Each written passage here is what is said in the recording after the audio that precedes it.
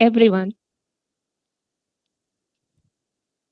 We all know every year on 11th October, the International Day of Girls is celebrated. On this day, UNICEF launches an annual campaign with girls to amplify their voices and stand up for their rights.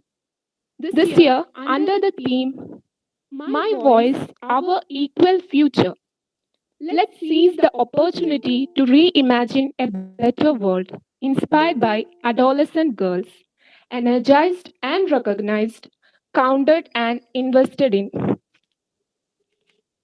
We know mental health problems affect women and men equally, but some are more common among women. Abuse is often a factor in women's mental health problems. The same numbers of women and men experience mental health problems overall. But some problems are more common in women than men. Various social factors put women at greater risk of pure mental health than men. However, women's readiness to talk about their feelings and their strong social networks can help protect their mental health. So, it's our need to talk about the mental health of women on the special day, International Day of Girl Child. As a celebration, Department of Psychology and Women Empowerment Cell together with IQAC Cell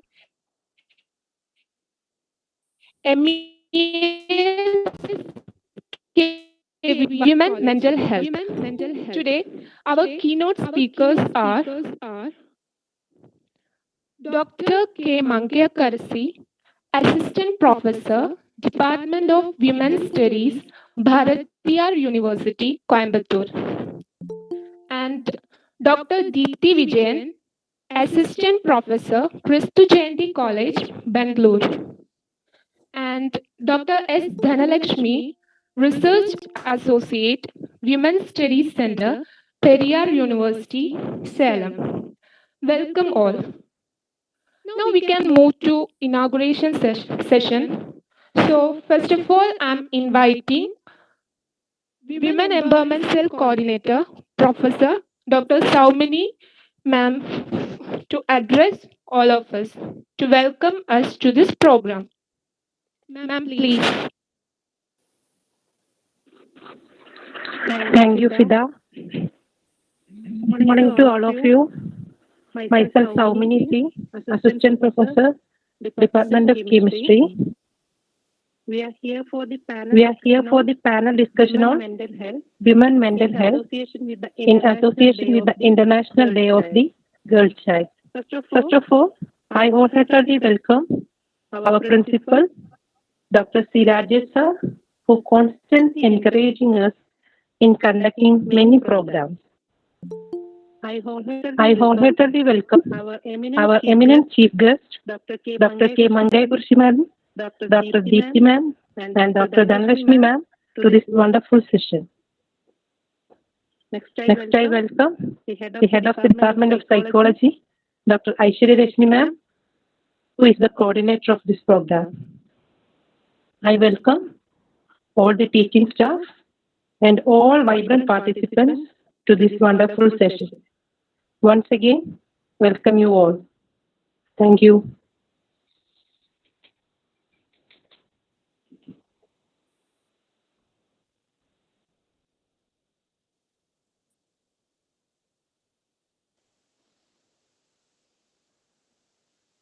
Veda, you are muted. Sorry. So, for the inauguration of our program, I invite Dr. C. Rajesh, our blood principal. Sir, please. Okay, thank you. Respected dignitaries for this panel discussion, Head of the Department of Psychology, Dr. Aishwarya Rashmi, Coordinator of Women Development Cell, Dr. Saumini, and participants of this panel discussion.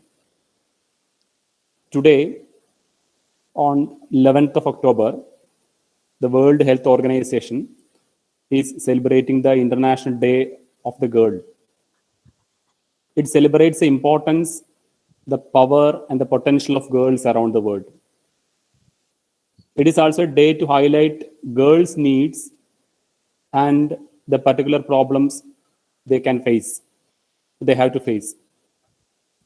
And as we know, while much progress has been made in the last few decades to ensure the girls or to ensure that every girl is able to grow and develop in good health, there is still much to do. For example, there are 12 million girls are married before age of 18 years in the world. 1 in 5 girls globally has experienced sexual violence. So the theme of, under this context or in this context, the theme of the 2020 International Day of Girl is My Voice, Our Equal Future. And with this theme, the Women Empowerment Cell of our college, in association with the Department of Psychology, is organizing a panel discussion on women mental health. I'm very happy that the Department of Psychology has taken initiative along with the Women Empowerment Cell to organize this kind of a panel discussion, inviting very eminent resource person from different parts of the country. So first of all, I would like to congratulate the Department of Psychology and the Women Empowerment Cell for organizing this event. And I would like to declare this panel discussion open. Thank you.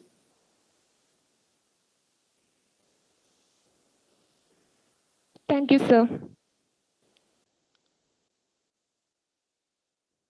Yes, let's begin our panel discussion now. First of all, I'm inviting Dr. K. Manker Karasi ma'am, Assistant Professor, Department of Women's Studies, Bharatiyar University, Coimbatore. Dr. K. Manker Karasi has over more than a decade experience in women and child welfare activities. She is the one of the empaneled to organize workshop, training, awareness program on sexual harassment of women at workplace Act 2013 by Ministry of Women and Child Development from since October 2017. With all privilege, I invite Dr. K. Manker Karasi for her valuable words. Ma'am, please. Thank you. Thank you. Just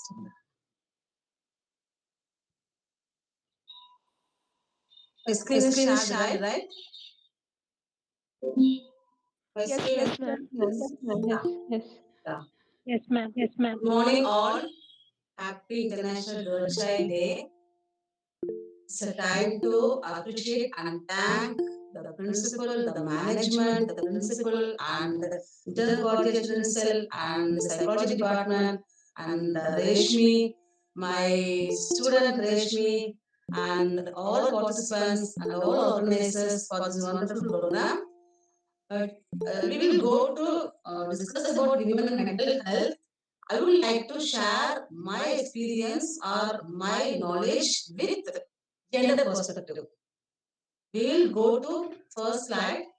Women mental health as an overview.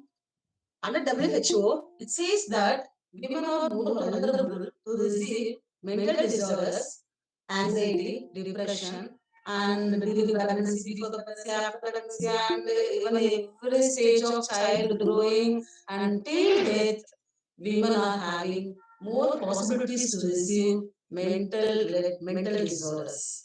So, in our session, we all know about that. So I open it to you all to learn about what kind of lifestyle we are having, how can we manage our life to avoid these kind of mental disorders.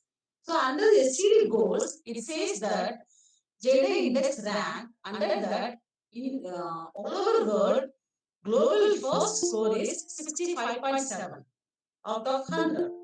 That, that means first score scored by Denmark 65.7. Finland, Sweden, Norway, and Netherlands coming top 5 countries in under this rank. Even so-called developed countries, UK and US not coming even top 5. And India scores only 56.2 out of 43 countries under very, very poor category. Health status, education status, economy, and politics. Under these four aspects, the participation of women that only they analyzed, and 40% of world girls failing on gender equality throughout the world, not only in India, throughout the world. I appreciate Kerala is having more number of girl child, still Kerala is having 100% literacy, and as from that state, I appreciate your college for this wonderful program. And role of women, we have three kind of role: productive role, reproductive role, and unproductive role. When we go to productive role, that calls shikshadish of labor. In that productive role, I can ask some questions. I don't know about the possibilities of putting answers in chat box. I would like to receive some response from few participants for my question. What kind of jobs you can prefer for girls? What kind of jobs you can prefer for girls and women? Teaching job, tailoring job, any other response if you have, you can put in chat box. I can see from your chat box. So what kind of roles? Teaching, tailoring, beauty parlor, and sometimes they will say they can go for some company jobs like that. So what kind of jobs to women? We know. What kind of jobs to men? That means supervisor, boss, commanding post. So we are having gender bias in our language itself, in our lifestyle. For example, Mrs. and Miss. When we call Mr. from entire life, the Mr. is same. There is no need to change Mr. But when we go to Miss, before marriage it is called MISS and after marriage it is called MRS. So the language bias is happening. So in US, people are fighting for that. Why we have gender bias? Why I should say about my marital status to the society when I go for my employment? So they started to fight for that. Then only now we are using MS. It says whether married or unmarried, we can use MS. It is a common term for girls and women. Same time, we can talk about some designations: supervisor, boss, chairman. Now it is renamed as chairperson. Mankind. It is renamed as humankind. So each and everywhere we have some kind of sexual division of labors. That means in police department, in National Commission for Women, conducted one study in police department with higher officials, asked about the possibilities and acceptance of women in police service. Most of the police department higher officials said that this is a very, very sensitive department. Women should not enter to this department because it is very, very sensitive and women should not enter. But by reservation, for by some other reasons, if they are coming to police department means they can work in canteen, they can work in women and child welfare related department, they can do accounts related job, and they can do only for walls room like job only. Then only National Commission for Women decided to give gender sensitivity to all the sectors, including IAS, IPS rank holders, into IAS, IPS training, central government, state government training, college students, to the companies, wherever people are gathering for work, we should give gender sensitivity to them in right way. The same thing is still now happening. And we can go to productive roles, pregnancy and childcare. Still, we can talk about sex versus gender. When we talk about sex versus gender, sex means biologically, girl is different, boy is different. And when we go to gender, both are equal. For example, here I am working as an assistant professor in one department. Designation only speaks about my role of work. Whether the girl or a boy or a man or a woman who are coming under the designation, they have to do some kind of work. There is no restriction for women or not for men also. So again, under pregnancy childcare, sex means the pregnancy role is priority to women. Yes, pregnancies by women and breastfeeding by women. Child care by either man and women. What is happening in our society? Nowadays, most of women coming to job and going to job after 3 months, 6 months, and 9 months maternity leave depends upon the sector where they're working. If it is temporary job, they can work in 3 months. If it is they give eligible salary with leave with salary, they can go again 6 months and 9 months in Tamil Nadu. We are giving maternity leave with salary. So what is happening after that? The child care can be possible by women and by men. But what is happening in our country? No, the man is very hard. He should not handle very small babies. You see, in our primary school and our elementary school teachers, mostly we will request or we will have girls or women only in our primary schools. Why? Because we feel women have patience. Women have some qualities. Patience, love, affection, care, everything. Very soft kind. So women can handle the child. Man is very hard and boss, and he cannot handle child. That's why we are telling in schools, in elementary schools, in play schools, we may have teachers as a women, and in some sectors, I told you, no, boss, supervisor. In some sectors, we can have boys in somewhere. So what is happening? And as from psychology or as from our lifestyle, the man can also take care of the baby except pregnancy and breastfeeding. He can do childcare as like women. But our culture, our tradition says, no, he cannot do. Don't ask him to do. But he can do. And unpredictable roles. When we talk about unpredictable roles, work in home. When we have a servant in our home, we will say, oh, I am paying 3,000 rupees to my servant. But when the housewife or the mother or the housewife or the girl child is doing some work in house, my wife is a housewife. She's simply sitting in house. No, she is a house manager. She's a house doing house management. She has enough work in her house. But still, whatever work we are doing in a house, it is not recognized, it's not coming under paid category. The same time, somebody will ask me, in hotel, who is cooking? Man is cooking. Then why you are telling in house you are cooking the 4 people or 5 people? Then it's a big process. No. When he is doing in hotel, it is coming under job category. He is getting good or enough salary for his service. It is recognized by his payment.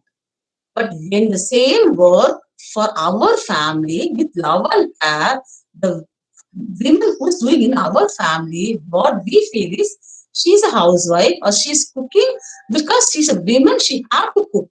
I absolutely accept with that. Women have to cook. Yes, in our culture, we all practice like that. Yes, we have to accept. But when we come for workforce, as like women, as like men, we are doing work in outside as a teacher or as in service sector and also or any sector. Means going out of house for job means she is also having equal stress and pressure for her job and for her achievements. Then when she is not available in house, when she was not able to do household work, the partner, the husband, or who are staying in their house, they can share the work. When we studied in our elementary school, we learned the rhymes called father is doing work, mother is doing household work, and sister is helping to her, and my brother is playing. Now, under gender sensitivity, in education system, in primary school, the rhymes also changed. It says, both children are playing, both children are studying, both children are sharing household work equally. So, from our birth itself, we are giving education to them for their gender equality, understanding, and sensitivity. And we can talk about female head. Why people are women are coming to job? It's a question nowadays coming from all people.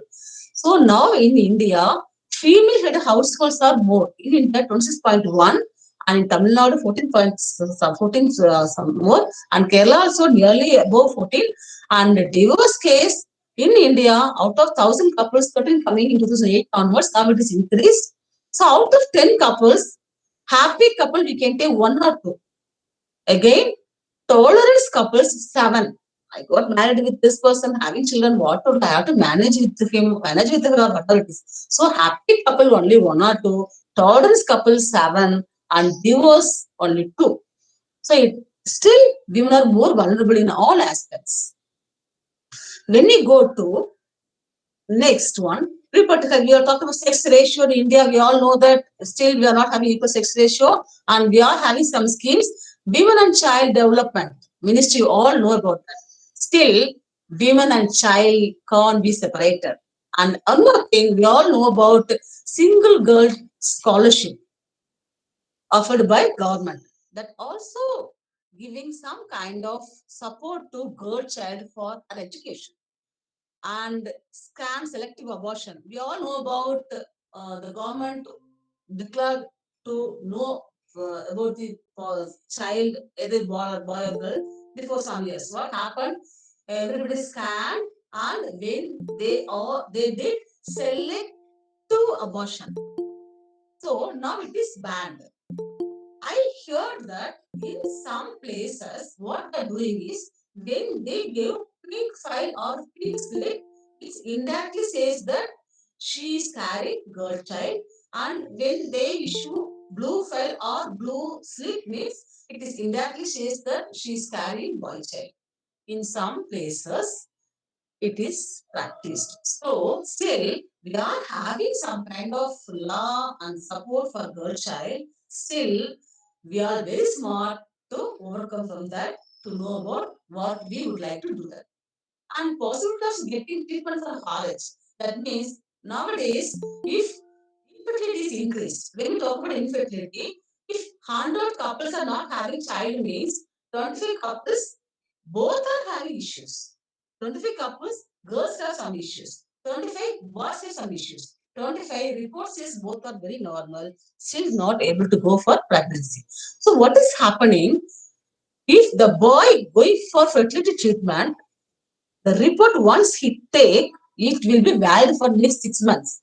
That means sperm count, speed, blood sugar, BP, everything they will do one test that will be valid for next 6 months, and he can come very few times. When he wants to donate a sperm, he can come. Otherwise, no need to come to hospital. But what is happening to girls? They have to go for fertility treatment. Period time she has to go, and the rapid time she has to go. And if every month it is not succeed means every month she has to go to hospital.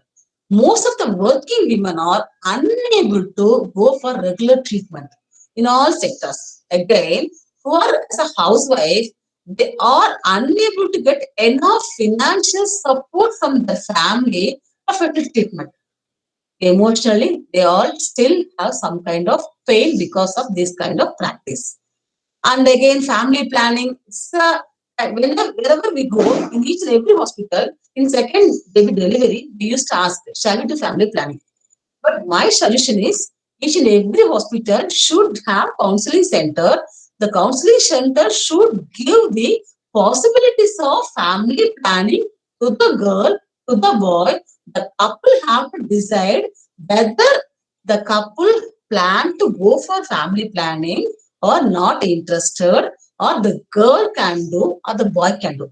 But what is happening in our country after second delivery, we are practiced to go for family planning only with girls. But sometimes some girls are not having enough health conditions to go for that kind of treatment, surgery. But still, the women are forced to do that. I'm giving suggestions for really women who are not able to go for surgery. They can know about the possibilities of planning, family planning for women, for the man, and They should know about the possibilities of family planning. Without family planning, how can we survive? So these kind of counseling should be given by the hospital. And population control, we have a lot of skills for that also. And the online classes activities during COVID-19 period, mostly people are working from home. It's very tough to women, especially women. What happening is, in house, people are asking, what if you are doing, if you go to office, morning before leaving from house, we will finish all kitchen work. Morning lunch, breakfast, lunch, everything we finish. We'll close the kitchen till evening.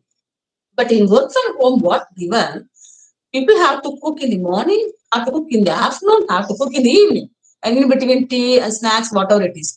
So during COVID-19 lockdown period, women was more pressurized to do household work without servant because of COVID infection, fear of COVID-19, people stopped servant also in some places. So without servant and doing household work and doing online work also.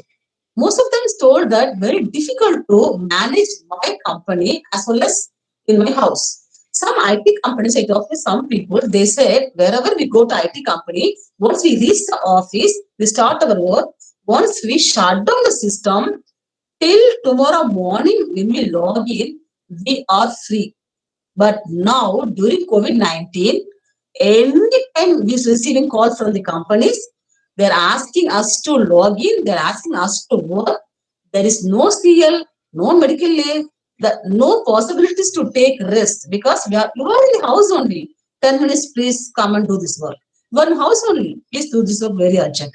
Even Saturdays, Sundays, late night, anytime we are getting calls from the customer or from the company and we all pressurized. And lifestyle also, we have customer lifestyles and the faith of marriage nowadays in younger generation, in youth, they are not having much faith with marriage. But if we have proper gender sensitivity, we can increase and we can give right awareness about our family bond. And these are fabricated institutions, family, religion, legal, economic, politics, media, gender-based bias, language, knowledge. I learned from my father. I learned from my father. So generation-wise, we are transferring our knowledge in religion-wise, in culture-wise. So what happening is, people are learning that, oh, in my community, women should be in house. I received one case from my Coimbatore. One girl, she called and told me that she had affair with one boy, and she told her parents about that. What happened in her community? If she is doing love marriage, if she is running away from the house, what they will do is they will go to Rameshwaram. They will do 16th day death ceremony there, and they will come to house. They'll call all relatives to their house and they'll inform about her status, what she did, and what they did in Rameshwaram. And hereafter, they are not having any relationship with them. So that means who is living somewhere, but still these parents are doing death celebration to her. This is kind of cultural blackmail to her and honor killing, etc., etc. We are learned from the previous generation to present generation. And women have equal rights, yes or no? Or we have equal rights as now? We can say no. Equal rights in sense, some of them coming for education, some of them coming for empowerment, some coming for education and employment. Still, we are not having equal rights. And when we talk about inequality, see the picture, inequality how it is, equality how it is, equity, that also not good. Justice only can give equal opportunities to who are needed. I'm not telling women, men, transgender or physically challenged, mentally challenged, whatever. Justice is the only source to give equal opportunity to needed people. And this picture you can understand the problems and issues of women and men. You just imagine the pipe. In that pipe, these 6 people are going for job. The one girl is coming outside, and that means she may going to get marriage. she's planning for pregnancy, and maybe her husband is transferred to some other places, some reasons, and very few women can tell, for my future, for my best career, I'm leaving this job.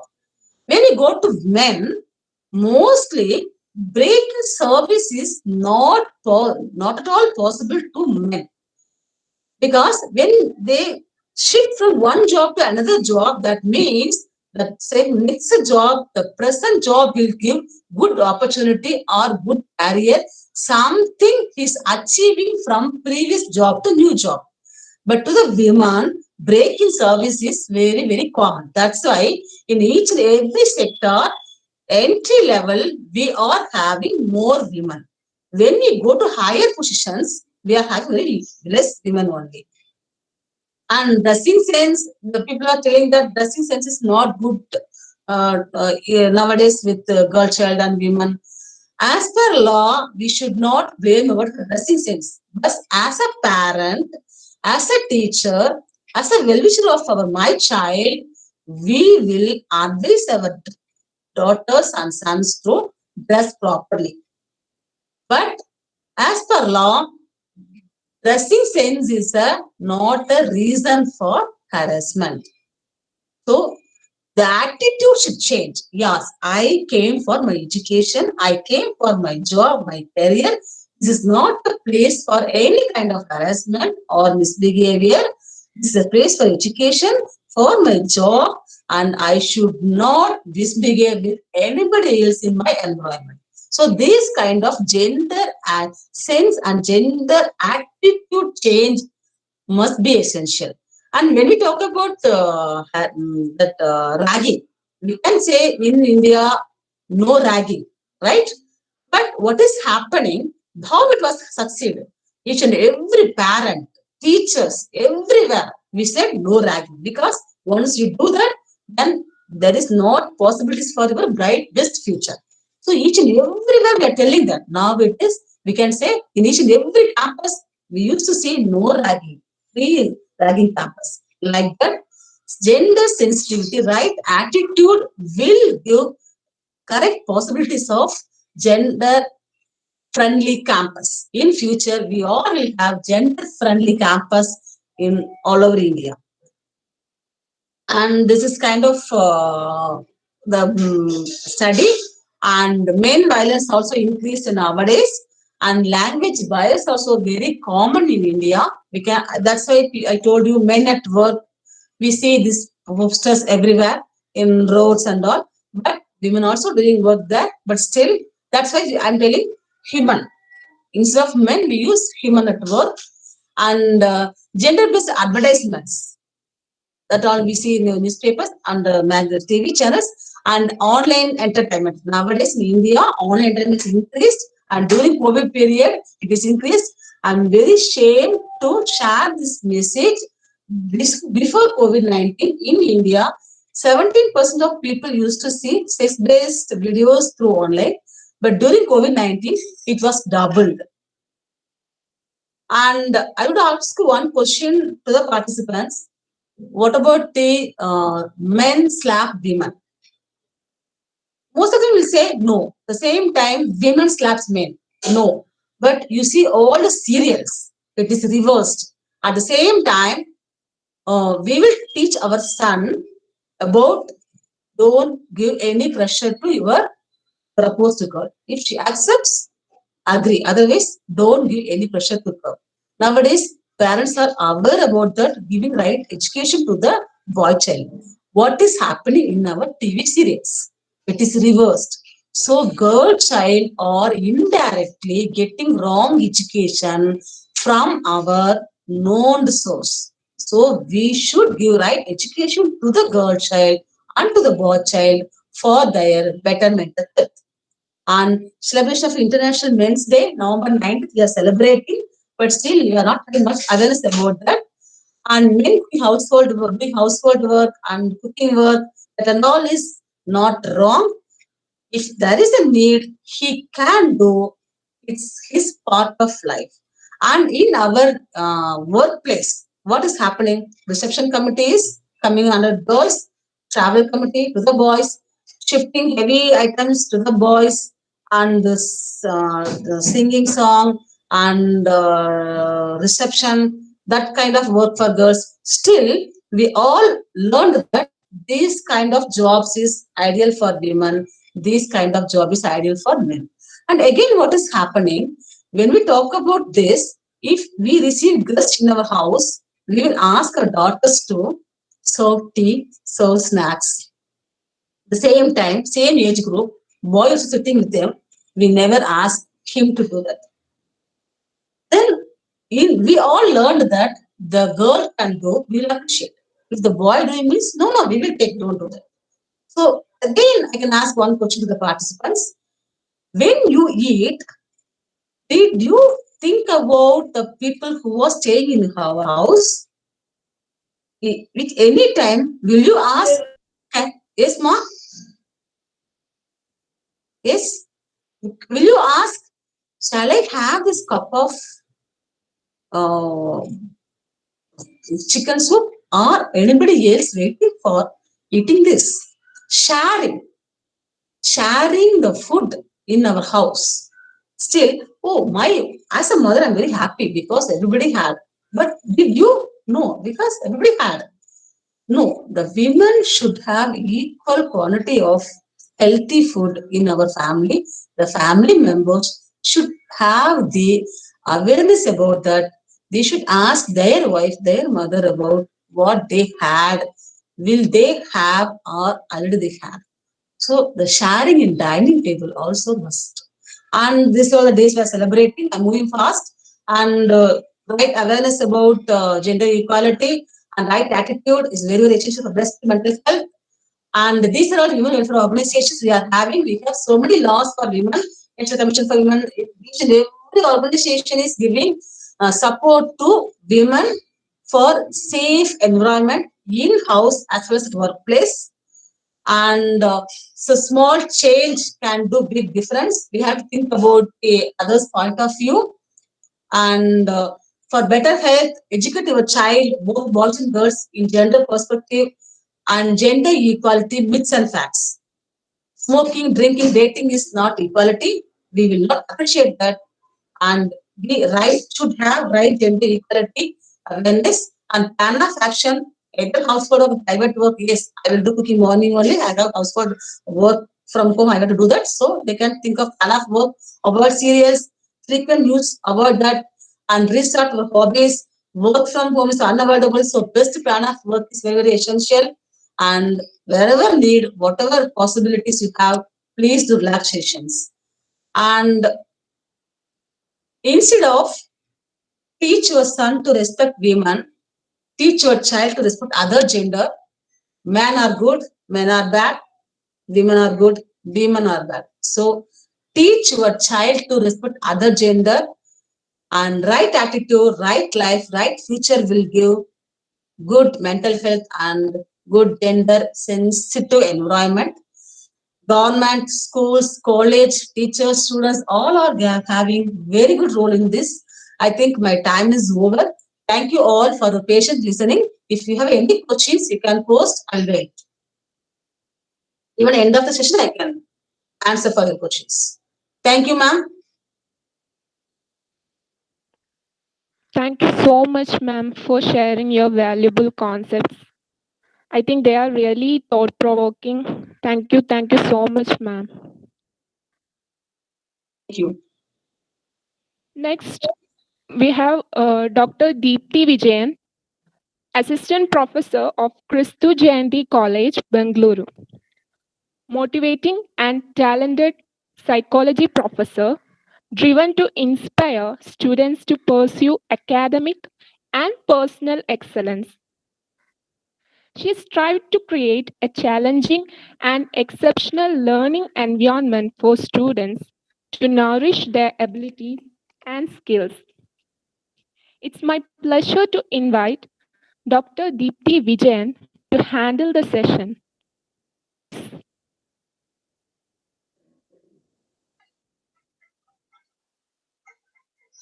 Uh, Thank you. Thank you for such a lovely introduction. I would love to. So, respected principal, HOD, teachers, and my dear friends, and the guest speakers. A very good afternoon to one and all present here. I must say that it's an honor to be here. And let me express my sincere gratitude to Dr. Aishwarya, who is my beloved senior and a wonderful scholar, for inviting me here to be part of this endeavor. Okay, so I guess I am audible to everyone. Yes, ma'am. Audible. You're audible. Okay, perfect. Okay, so without further ado, we will move to today's session. So before starting talking about uh, like the mental health and the women, I would like to start by quoting a famous psychotherapist and an author called Catherine Sally Saul, who who is an author of a book called The Art of Being a Woman. I would love to quote something from that book. It says that it goes like this: every woman is born with a palette of healthy archetypes: the girl, the lover, the chatelaine, and the queen. The balance in this ancient code of womanhood brings along a balanced and wholesome life. Unfortunately, women often fall from the healthy archetypes to their shadows of forms, possessing either too much or too little of that particular energy. So, I believe that the quoting itself says everything about which we want to discuss today. So, with that, let's move to today's topic: women and mental health. Women, when we talk about women and mental health, it's important to talk about the gender. So, women and men, they are different, not only in obvious their physical patterns, they are the physical attribute, but also in their psychological makeup. So, there are actual differences the way women and men's brains are structured.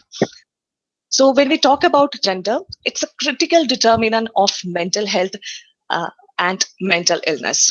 So, considering so many studies which has happened in our field or in the field of mental health, or which studies the different mental indices, it shows that psychiatric disorder or psychological distress among women are different than which sees in men, like symptoms of depression, anxiety, and psychological distresses. Those symptoms are 2 to 3 times more common among women than men. So when we talk about the mental health, it is important. I feel it is very much important that we should talk about the facts. So here I would try to highlight certain fact which is laid out by WHO, World Health Organization. According to WHO, the leading mental health problems of older adult are depression, organic brain syndromes, dementia. And these things are very common. And the people who are affected with these disorders, majority are women.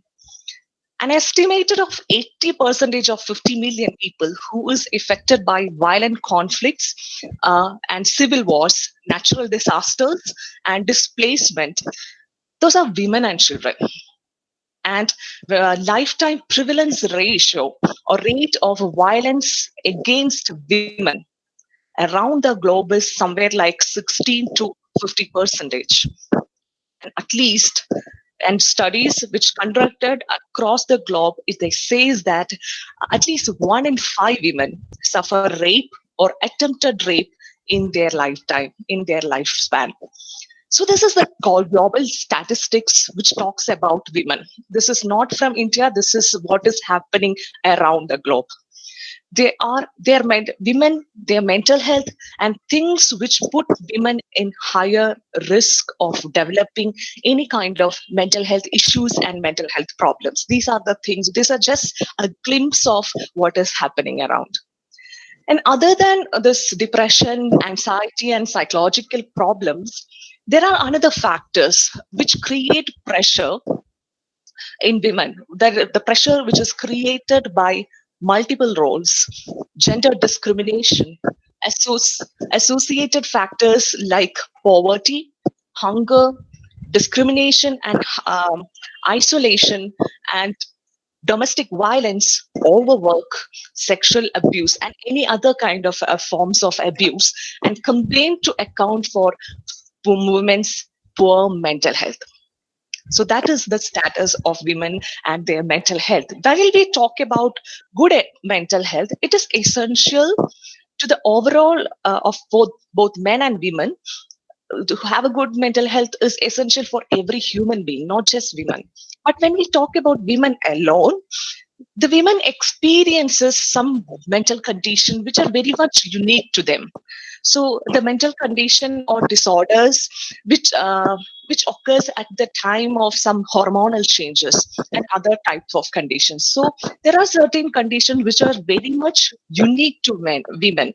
So those conditions are perimenstrual syndrome, which we commonly call as PMS, perimenstrual dysphoric disorder, PMDD, postpartum depression, perimenopause related depression. So these are the disorders or clinical condition which is very common among, or which is very unique to women.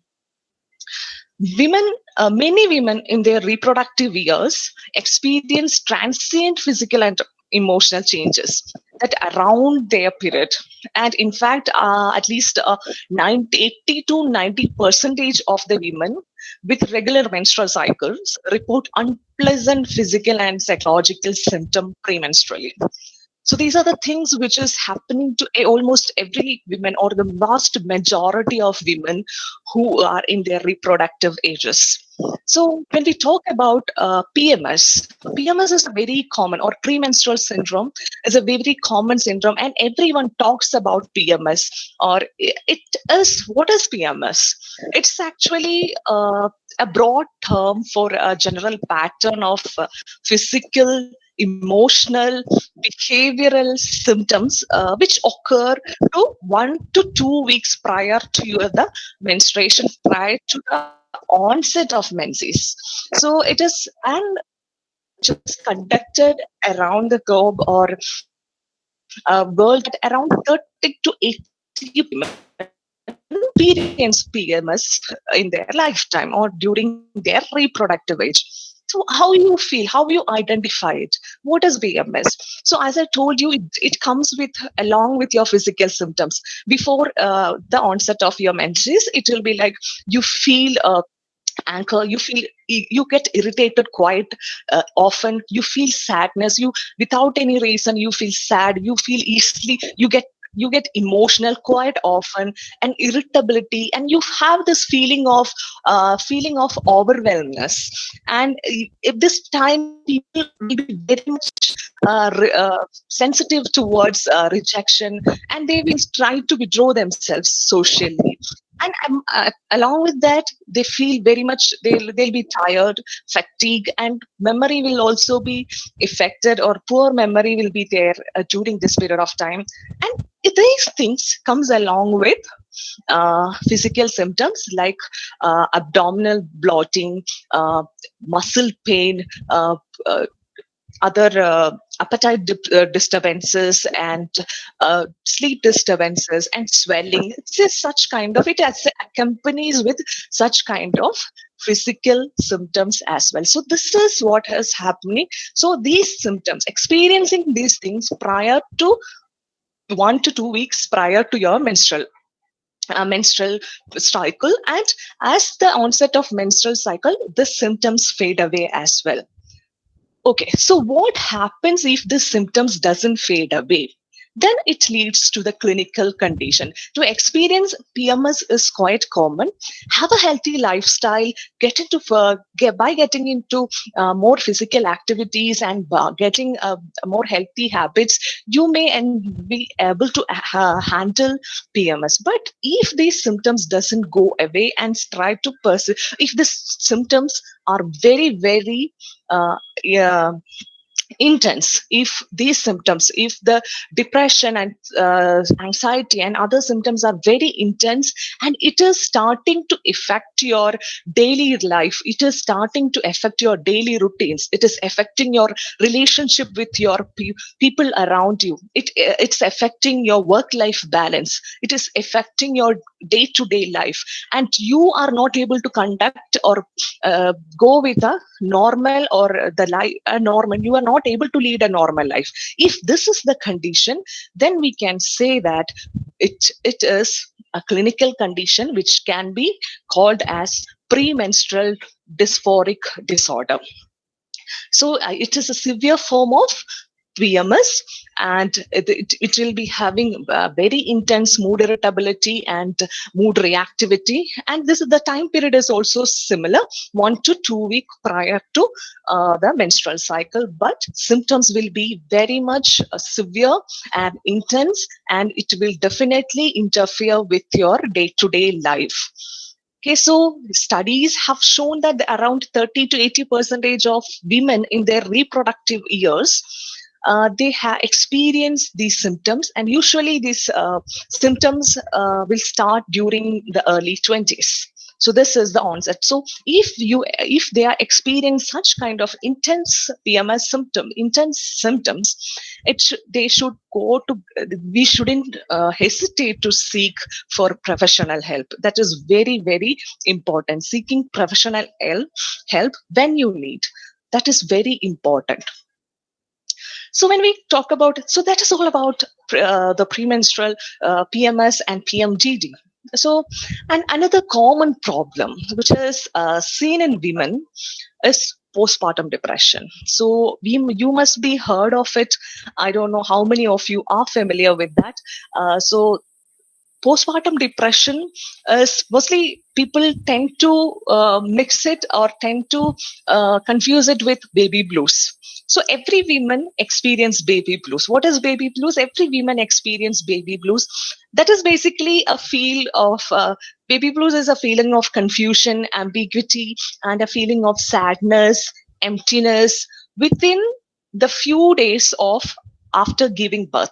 After giving birth, like within that few days, some women may tend to experience that emptiness, a sadness, and an anxiety, or these kind of feelings. So that is what is we call as baby blues. But for many women, baby blues doesn't go away. Usually, when you will call it a baby blues, it'll last for only 3 to 5 days after giving birth. Imagine if these symptoms carry forward and it is there for minimum 2 weeks. Okay, so if these symptoms exist more than 2 weeks and it continues, then it is no longer called as baby blues, and that is a clinical condition called postpartum depression. So it is a serious mental illness. It involves the brain and it affects the behavior of that particular individual, and it affects the physical health of the particular individual, whoever is experiencing it. And it also have an impact on that newborn baby. So it is a complex mix of physical, emotional, behavioral changes that happens to women and after giving, not happen to all women, happens to some women after giving birth. So it begins after within 4 weeks after delivery. Generally that begins. So how can you recognize it? So what generally they feel very sad, they feel overwhelmed, they feel hopeless. These feelings will be intense and it will be present, and they will be very restless. They are very moody and they tend to cry a lot for simple reasons. They tend to cry a lot, or sometimes without even reasons. They tend to cry a lot, and sometimes they have this thought of hurting their baby, and sometimes they will have this thoughts of hurting themselves, and they don't have any interest in baby. They are new mothers but no interest in baby. They don't feel connected to the baby at all, and they feel that this baby is not mine. This is someone else's baby. It's not mine. So they have these kind of feeling, and they are not motivated at all. They have very low energy, and their sleeping patterns, eating patterns, everything is disturbed. So and all up, along with this, they also feel guilty. They feel guilty that they are not able to live up to the expectation. They are not a good, I'm not a good mother, I am a bad mother. So these feeling will be also there, and they feel guilty as well. They don't enjoy anything no more. So, and along with this, they may experience physical symptoms like headache, and they aches in different parts of the body, aches and pain in different parts of the body, and stomach problems. These are the common physical symptoms which will be seen along with the psychological symptoms. And these symptoms, these physical complaints doesn't go away at all. So if these symptoms are there, these are also a alarming factor that the person may go into postpartum depression or may end up in postpartum depression. If you say find or you feel that somebody is having postpartum depression, or it may be a case of postpartum depression, immediate clinical care or immediate clinical attention is needed for the healthier life of the mother and for the healthier life of the infant as well. So that is very much important. And there is another condition which we call as postpartum psychosis. It is very, very rare condition in which this postpartum, uh, their mother will feel not just moody, not just they will have this confusions and things like that. Along with these symptoms, they also have hallucinations. They will also have delusions and other type of negative behaviors, and this is a very, very rare condition. Generally, they will be very paranoid, and only very, it is very rare condition, generally doesn't see that much in the wide population. And and women, so this is all about that. Then when women approach to their menopause, or when they approach to their at the end of their reproductive age, so what happens is women have an increased risk of for depression as they transition to menopause due to the hormonal changes which is happening in their body. And when those hormonal changes happens, what happens is like it will be the along with the hormonal changes, as a result of those changes, the body will also started showing certain symptoms. The body will, there will be so many changes which will be happening in your body, and as a result of that, women may tend to develop a depression. So the time period before menopause is generally called as perimenopause, and researchers has indicated that the depression is more likely to occur before menopause, or when they transit to the stage of a menopause. If this depression, this form of depression, this form of clinical conditioning is called perimenopause depression, while women experience a fluctuation of hormones. So this fluctuation will cause several changes in body, and it will also have an impact on their mental health. And so many women may end up in developing depression. So they will show all the signs of depression: low interest in life. They will frequent mood changes, anxiety, ambiguousness, restless. They will easily get irritated. Then they are feeling of worthlessness. So sleeping disturbances, eating pattern, the disturbances in eating pattern, all the symptoms of depression will be present in these women.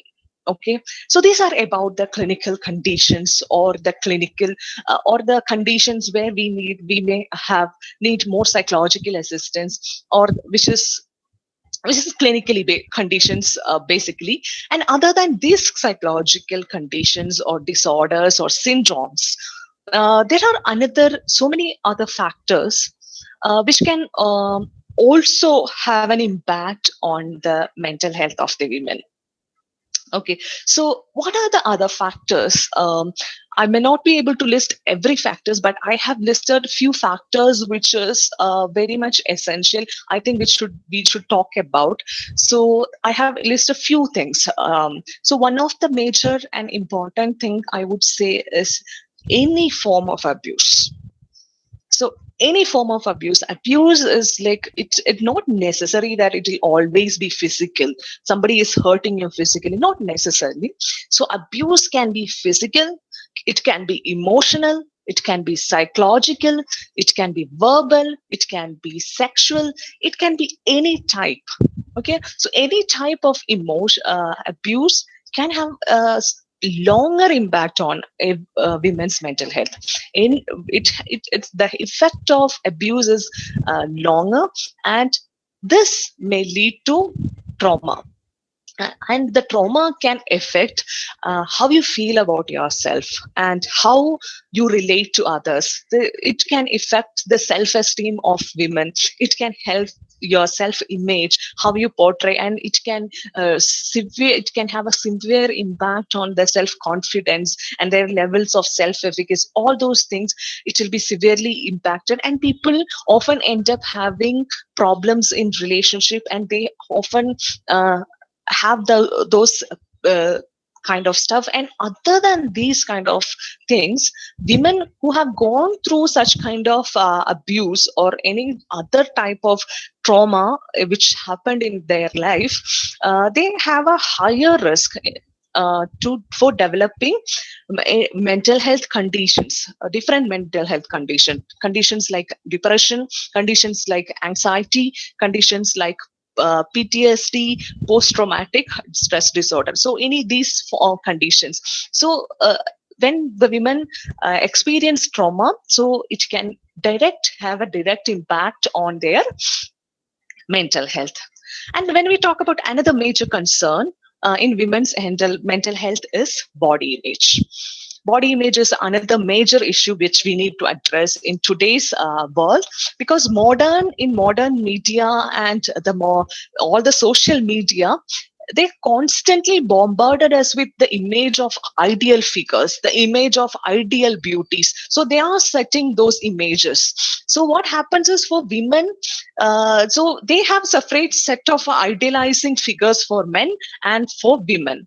So women, what they are doing is they are idealizing people who they are idealizing being slim, giving more emphasis on being slim, like to have a thin body, to have a toned body, to have a particular structure. So this pressure is going on, and to have a very youthful, flawless skin, and to have a firm skin, to have and this cosmetic companies are coming with the idea of the to be fair, or they are promoting one particular type of skin color, and like as if it is some need. It is not something like that. It is so many multinational companies marketing strategies which they are trying to sell on us, and by manipulating our psychological indices. But unfortunately, because of so much emphasis on these things, and so much of involvement in social media, and so social media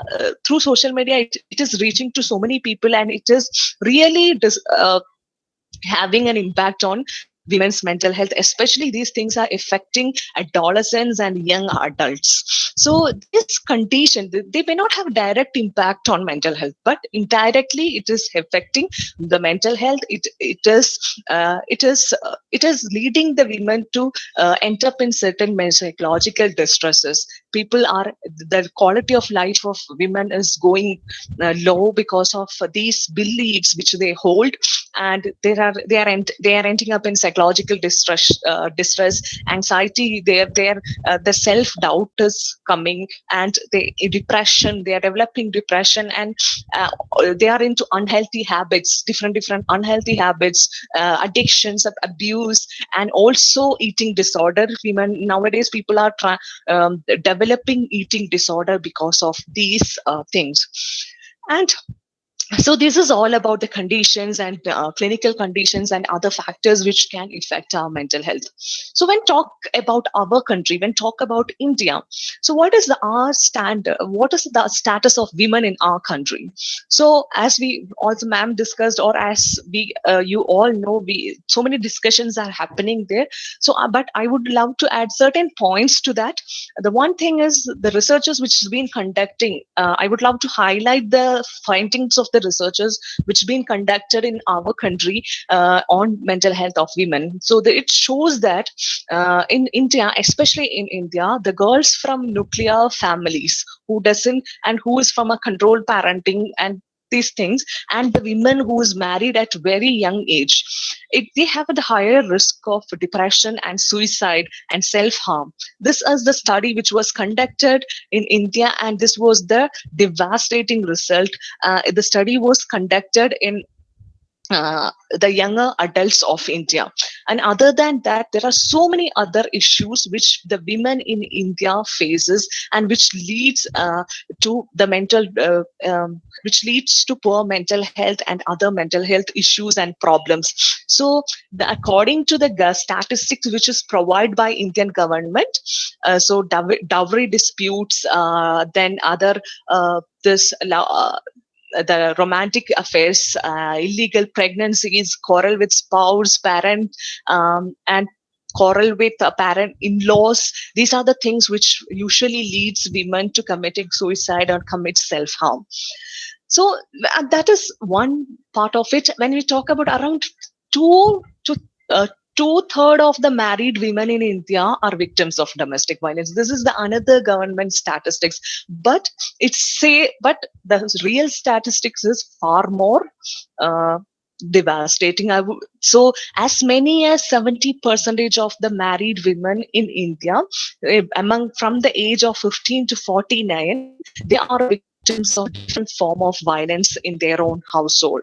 They experience this. Women experience in India. Women experience domestic violences, dowry death, harassment, and female feticide, forced abortions, then mental and physical torture, sexual trafficking, and public humiliation. These are the things which women in India usually come across and usually experience. These are the government. This is the statistics which different government authorities have provided. But I would say that there are much more reasons, and the numbers will be much more higher than the real statistics.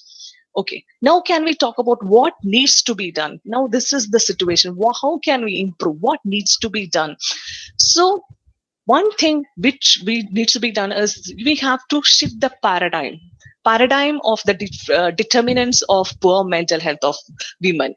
So nowadays, determinants of poor mental health of the women, the focus needs to be shifted from the individual and lifestyle risk. Usually, the focus is on that particular aspect.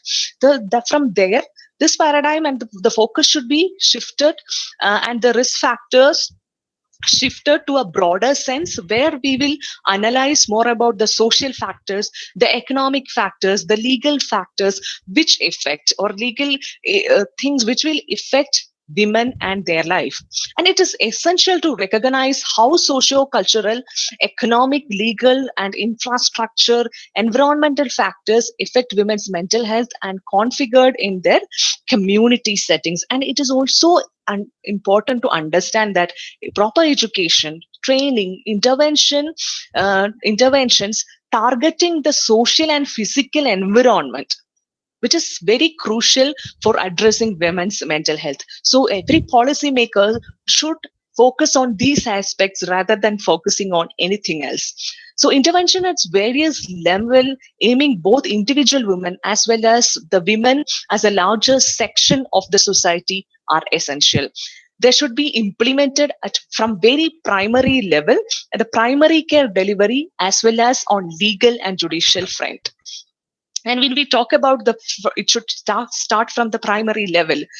It is important that the primary caregivers or care providers must be aware of mental health problems which is affecting women. Nowadays, their awareness, there is not much awareness about these kind of problems which is unique to women, or mental health problems which are unique to women. So it is important that they should have an understanding about what are the problems which is unique to women.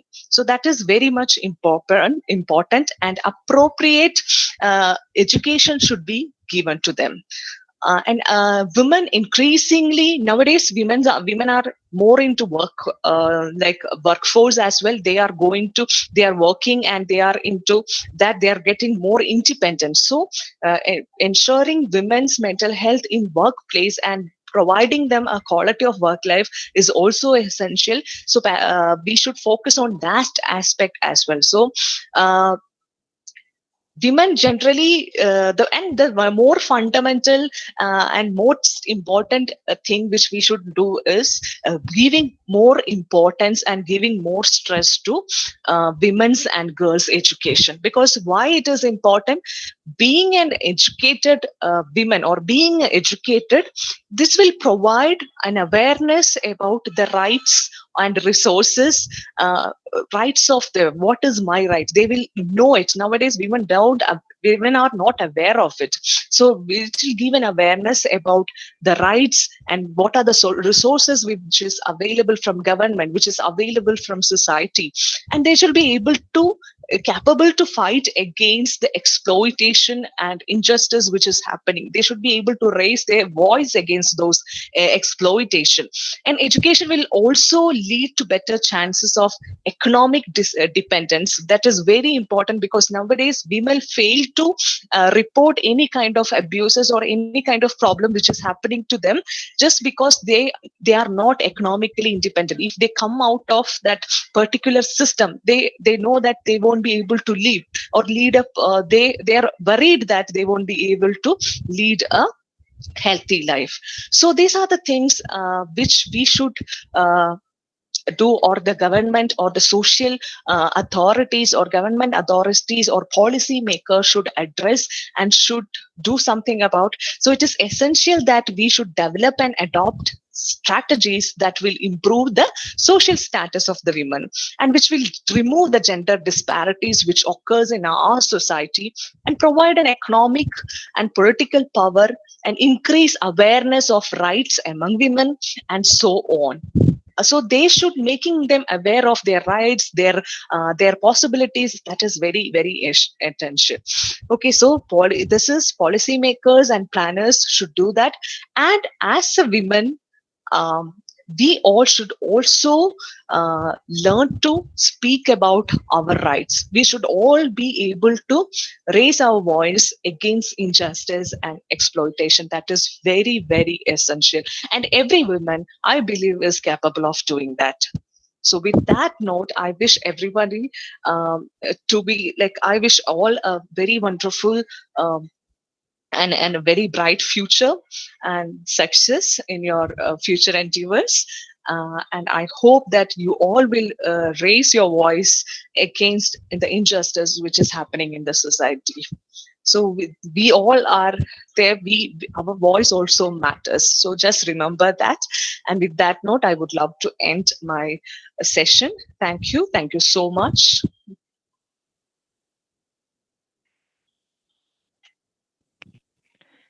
Thank you so much, ma'am. Thank you so much for giving awareness. Actually, an intense view of psychological and biological struggles of women. Once again, thank you so much for encouraging all of us. Thank you. Thank you. Next, I invite Dr. S. Dhanalakshmi, working as a research associate at Women's Studies Center of Periyar University. She specialized in different areas like human resource management, gender sensitization, women entrepreneurship, research methodology, etc. With all earth, I welcome Dr. Dhanalakshmi ma'am for her thought-provoking words. Ma'am, please. Sure. Hello. Good afternoon. Good afternoon to all. Is my video and audio is audible? Yes, ma'am. Hello. Yes, ma'am. It's You're audible. audible. Okay, good afternoon. Thank you. I wish International Women's Day to all of you because, International Girl Child Day to all of you because still you are child for your teachers and parents and everyone. Once again, I wish you all for International Girl Child Day. First of all, I say thank to Dr. Mangai Kasi ma'am from Bardiyar University to suggest me to participate this wonderful session. And also I say thank to ma'am of your college HODs and principal, everyone to select me for the session. Thank you. For this earlier session, Mangai Kasi ma'am and Dr. Deepti ma'am explained very well about how do we focus gender equity and gender equality and how to avoid gender discrimination and how mental health is highly linked with menstruation and menopause, etc. For my session, I just focus how you improve your mental health, how you improve your mental health in a simple way. For this, I just give some tips. I hope you all will enjoy the tips because it's not too much of technical one. It's very simple and day-to-day life. You are doing this. You can do this. You improve your mental health very quickly because this tips it very useful to you and your family, and also it increases your physical and mental health also. Just listen the slides, definitely it will be useful to you. I hope 43 here, end of the session 43 will be in the session.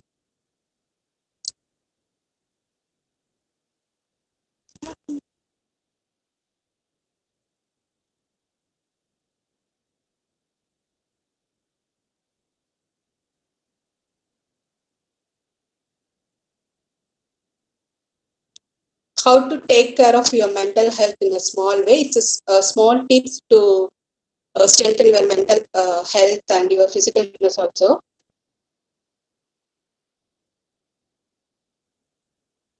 First of all, you need to talk about your feeling. Sometimes we feel we open-minded, and we need to express our feelings, sadness, and our illness to someone. We feel it's not okay with us, or sometimes we feel it's not good. It make some demotivate to us our mental side, but it's not right. It help you stay in good mental health. Suppose you want to talk your feeling very openly, we need to open minded with our parent first, and we need to open minded with our teachers, and we need to open minded with our close one. They may be our friend, our family members, or maybe our cousins, everyone who help you to strengthen your mental thought and mental health. Definitely we need to talk about your feeling with them. And talking about a feeling is not a sign of weakness. It increases your mental strength and mental stamina also. Then you feel less alone. When you talk about your feeling and you share your feeling with others, it increases your mental stamina and mental health. You don't need to feel about it's less, and you don't need to feel it very depressed one. Just try to talk about your feeling with others. It may be enjoyable feeling, or it may be very sad one, or it may be very confident one. You just try to share with others and make a natural conversation with family, friends, and parents and teachers, everyone. It helps to improve your mental health. Then keep active always. Keep active, it means doing exercise regularly, because World Health Organization suggests, and Mental Health Organization also suggest, scientifically proved exercise release some chemical reaction in our brain that make you feel good. Daily, day-to-day exercise like yoga and meditations, it helps to improve our mental health. And regular exercise can boost your self-esteem also. It creates some fitness in our body, and also it creates uh, some positive thoughts in our mind. Early morning, we are doing exercise in front of early sunrise. It increases our positive thoughts and positive energy also.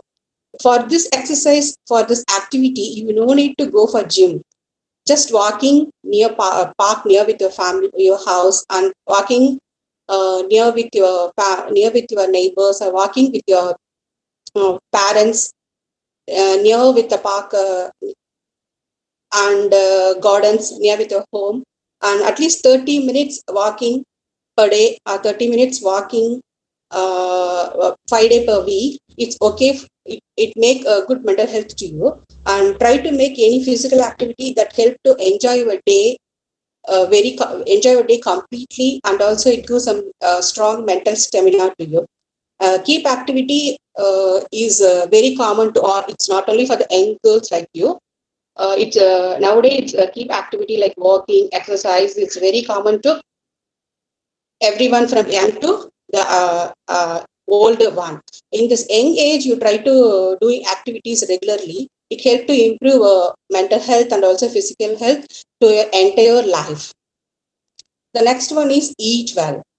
This eat well, just look at the pictures. It's very colorful. I hope you enjoy the picture very well. Each and every vitamin-rich food and each and every nutritional-based food is here. The picture, it must motivate you. You need to eat dietary food regularly. The pictures, it just show the food. It contain the percentage of vitamin-rich food, vitamin B complex and D, and also you are eating well is a form of self-respect. Just we have to consider these kind of foods in our day-to-day life. It's like a perfect diet food. Perfect diet food means you just add vitamin-rich food, which vitamin-rich foods, vitamin C, vitamin D, B, everything, and perfect ratio of fruits and vegetables you need to consume in our day-to-day life. It increases our mental health, and also it's strong link with what we eat and how we feel. It's also scientifically proved. What we eat, it expresses our thoughts, ideas, and our feelings. Once we eat good food with balanced diet, it will increase our mental stamina also. It's also scientifically proved. And drink plenty of waters. It's very essential, because in college students like you, I know in our universities, in our college, in my college day also, my friends and me also, we didn't drink regularly because of the urinal infection issues, because at all universities and college restroom is not in clean manner, so we are not ready to focus on that. For that reason, we avoid drinking water.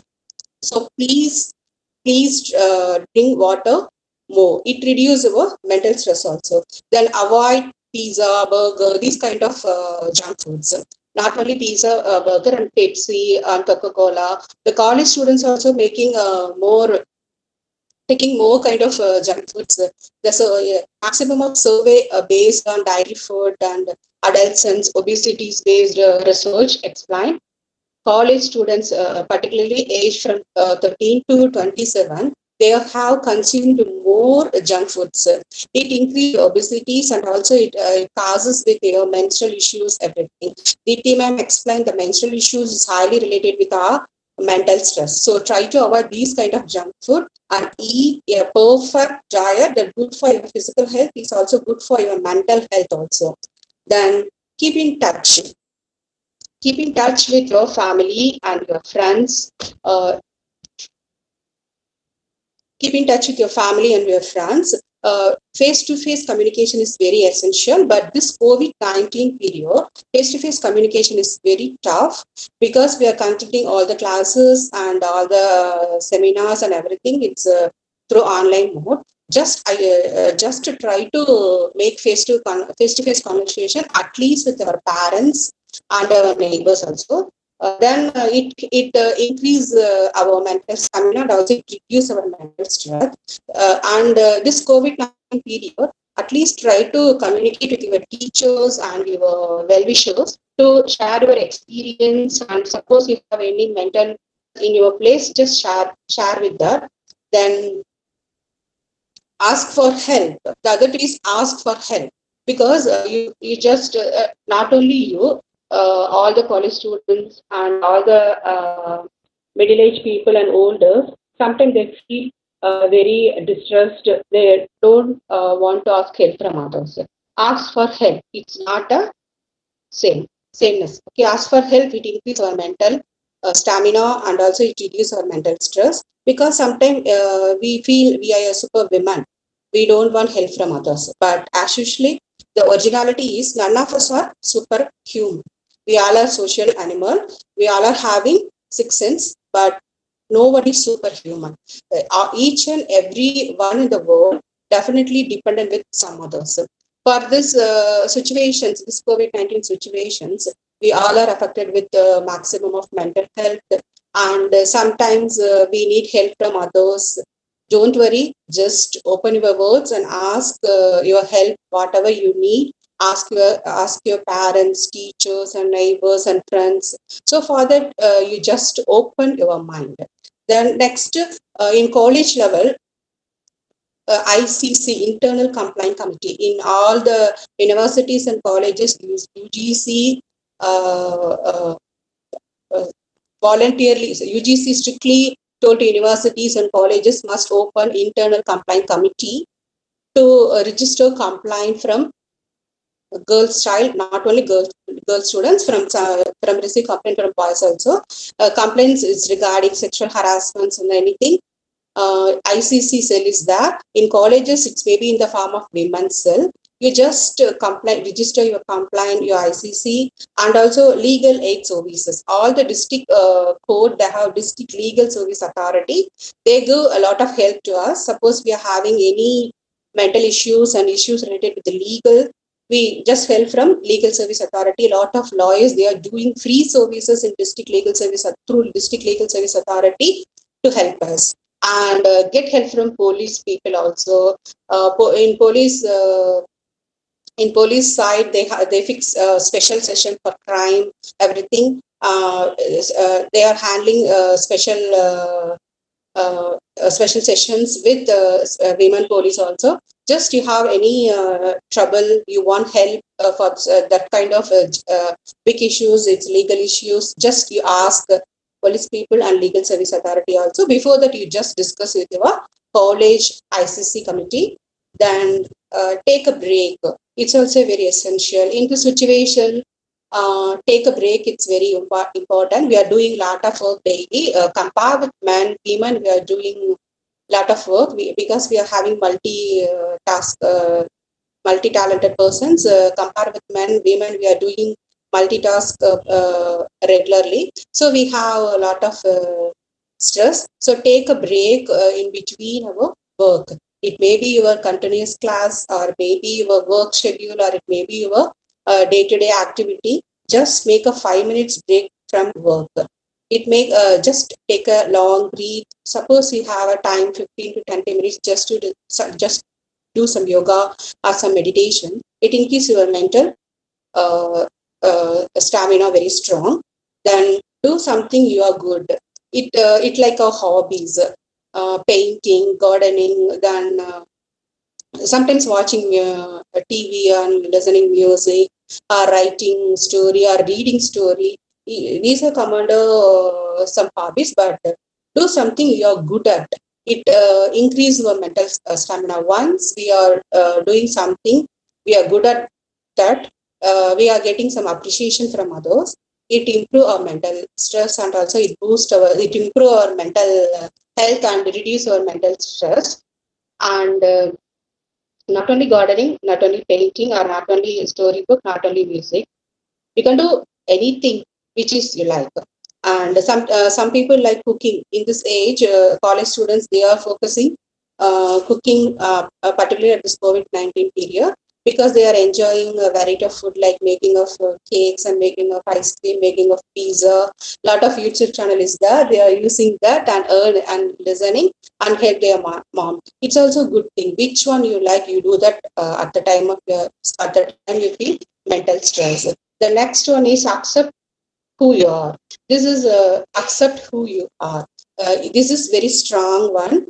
You have to accept who you are. It's really very hard because all are having some ego, have some confident. We have some wrong acceptance about us. Sometimes we are not ready to accept our failure. So these situations, we need to avoid that. Accept who you are. Just say truth about you.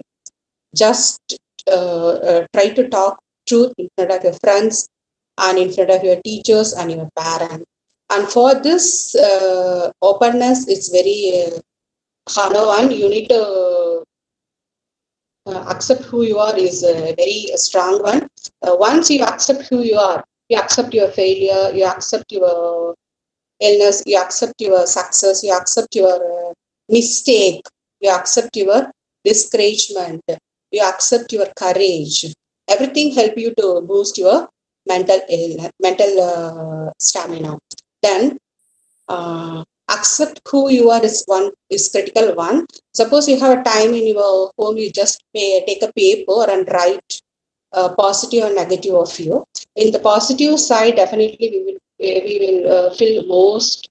And negative side, definitely we never feel anything because we are not ready to accept. We are not ready to accept who you are because this is a very critical one. Once you accept this, definitely you increase your mental stamina because this is very. I hope accept you who you are is very difficult, but once you do that, definitely you solve your all the mental problem. Then in this situation, you just show your uniqueness. Each and everyone has some uniqueness. That uniqueness is increase our mental health also. Then you have to feel you're good about yourself others. That's also important. And the last one is care for other. Care for other is very essential, and it help our mental health also because some situations helping mentality is very common to our helping mentality is very common to girls like us compared with our opposite gender, but helping with elderly people and helping with the younger one and helping with people related to their age group, it's very essential, and also it reduces our mental stress. And national service scheme, it's available in all the colleges and university. Try to join that and do your services for our nation. And also youth red cross also available in colleges. Try to join that and donate your blood and do some national service scheme for that. And a lot of social service activities is available like plantation of tree for our nation, and Swachh Bharat also one kind of relaxation for our mental stress also. So these are the tips regularly age group people you are following. It will increase our mental health. Then it reduce our mental stress. Then apart from this, first of all, you just accept and you just accept. I love I. It's like me.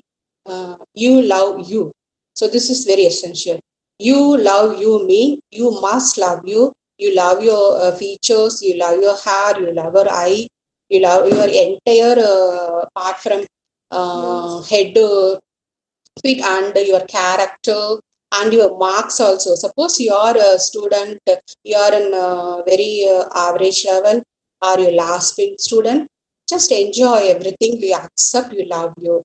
But first of all, we need to love us.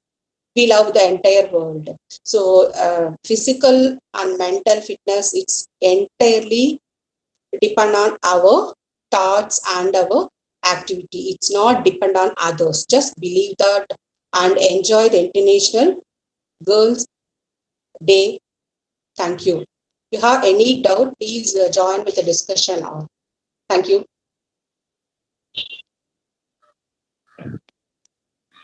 Thank you so much, ma'am, for sharing the simple methods to improve our mental health. Thank you so much.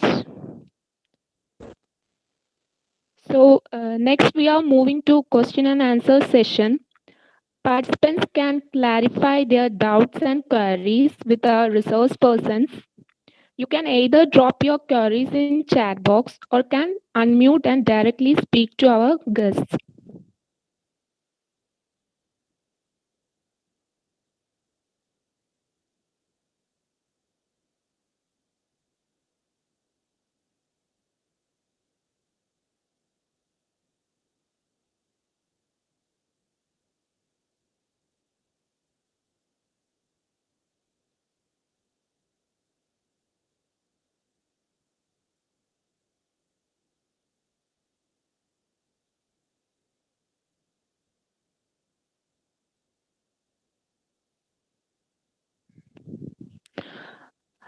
There is a question for Deepthi ma'am in the chat box.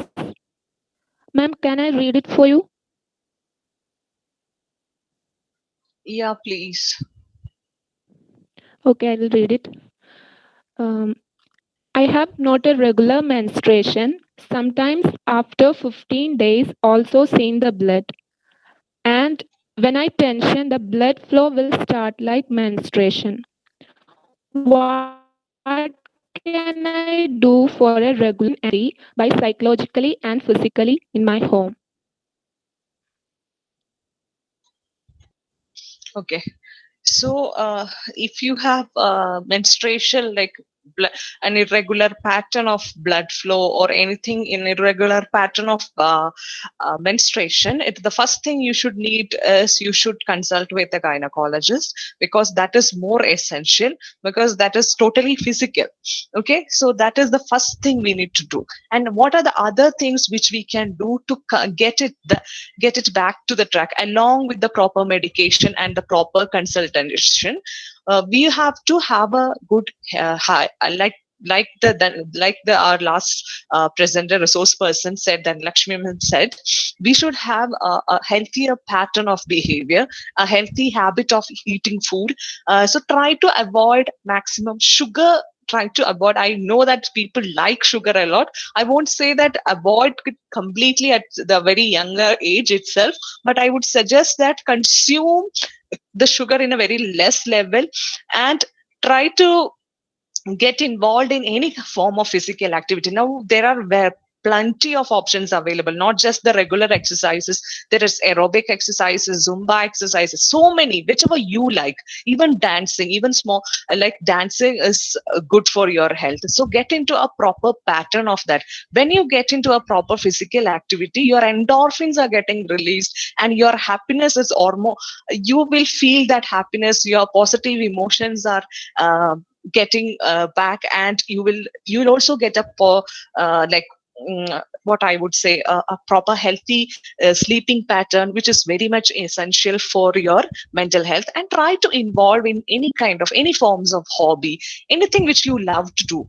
Try to find some time for yourself. That is very important. Nowadays we are so busy with our own works, where we are so busy with our work, our education, and we are most of the time we are trapped in a situation, like strapped in social media, I would say. We are so much involving so much time with our, spending so much time with our mobile phones, and with so much time in uh, social media. So that's try to detach from that for a bit, and give time for yourself. Do things which you like most.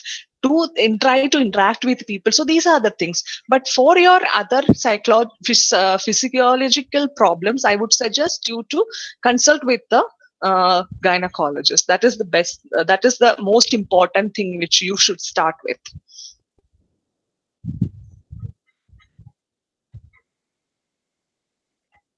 Ditya, I have one question. Sorry. Ditya, I have one question. Yes, My ma'am. friend, she have depression for I think past 10 years. Sorry, Any ma'am. My friend, she have depression for past 10 years.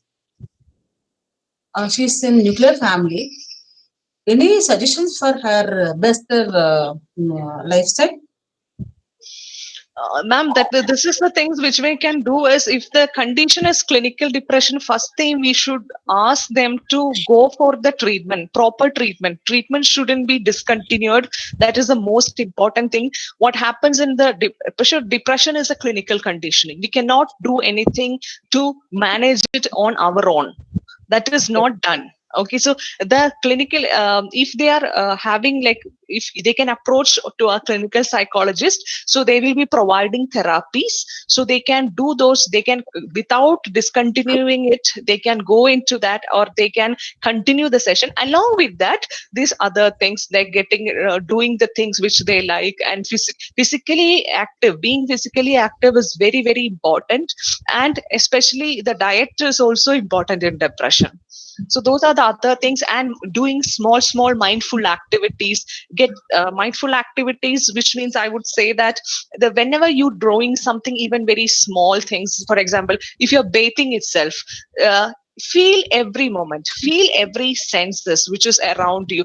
If the first feels from the first droplets of the water, experience everything. Only when you're walking through a line, so see what is happening around you. So you can practice being mindful while doing activities. That helps a lot in even in depression.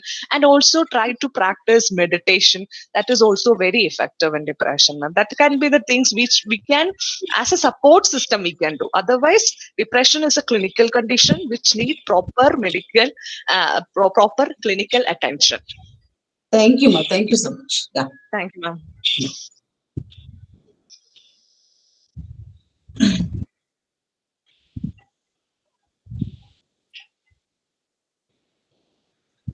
I think we have one more question. Yeah, Dorcas, I'll read it for you. Is it for me?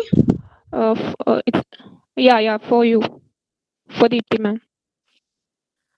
It is very true that a female has various physical and mental, emotional, and other problems during menstrual period, before and during the menstrual days. But there are many families and houses where it is not considered and listened or understood. It is told and neglected, avoided, saying that it is normal. Ma'am, what do you suggest in such situations? Okay, so situation where these things are neglected and avoided, right?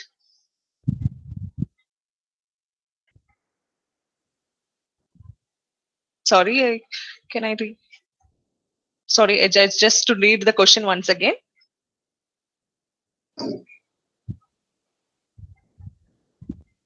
Okay, so situation where these kind of mental health issues are neglected, this is the situation where, as a psychology student or as a members of psychology, we should intervene.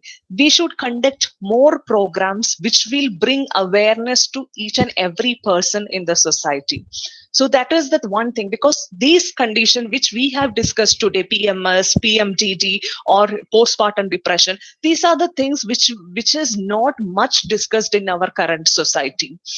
I hope you will agree with me. Every other disorder, we talks about depression, we talks about anxiety, we talks about schizophrenia, but we don't talk about things which is associated with the menstrual cycle, or the things which associated with the women. So this is more important, that being people who are being from this psychological fraternity, we should be start programs which should bring more awareness to the society, and we should bring it in such a way that every person who is not even people who are not even educated should understand the importance. Don't use, when we give awareness program, it should be effective, it should be like reachable, it should reach to them. So awareness programs and activities should be made, and we should as a society, we should raise the importance of talking about mental health, women's mental health, and the problems associated with it. The unawareness is negligence,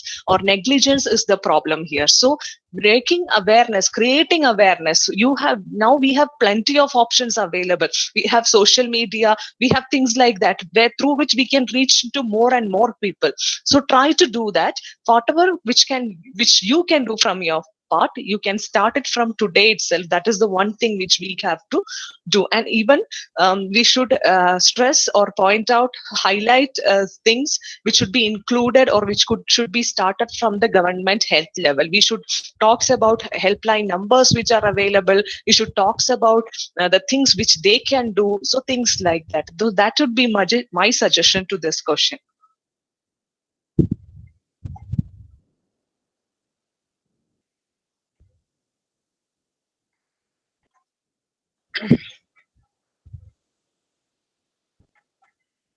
Diti, nowadays teenage girls are having frequent cycle, right? 15 days once. I know my friend once, she called and told that her daughter is having 15 days once she is coming for cycle.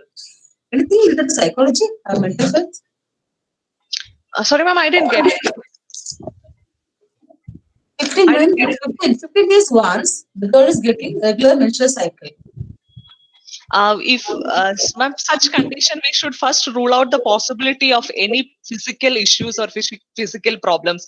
First, they should consult with the gynecologist and should rule out. Usually, these kind of cases, it's more like there will be maybe, for example, if they feel that kind of distress or stress or depression during that time, it can be addressed by a psychologist. But if the physical symptoms are present, then we should rule out all the possibilities of physical issues and problems first. Then only we should be able to address it.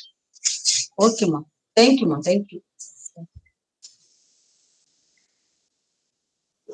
Hello. Yeah. Hello, I am Shaima. Your session is very amazing and very useful information for me, and thank you. And I have one more question: that what are the solutions for the law against domestic violence as a psychological movement against, and what could suggest for that for the generation they were closed all the doors for study out of states or countries? They are stressed for them.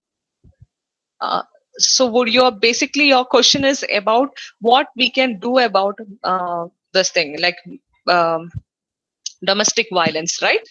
Yes, more than laws in psychological movement.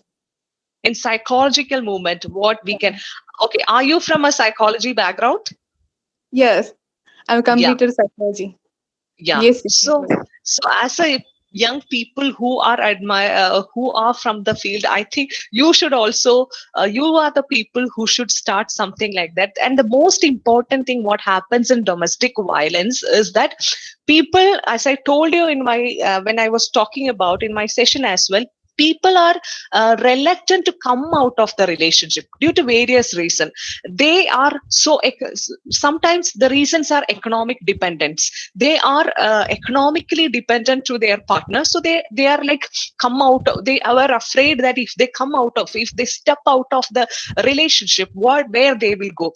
And other people are emotionally attached to those person, and they still have this feelings towards that person. So that is another thing. These are the areas where we can intervene and help them to identify what is a sick relationship and what is a real relationship.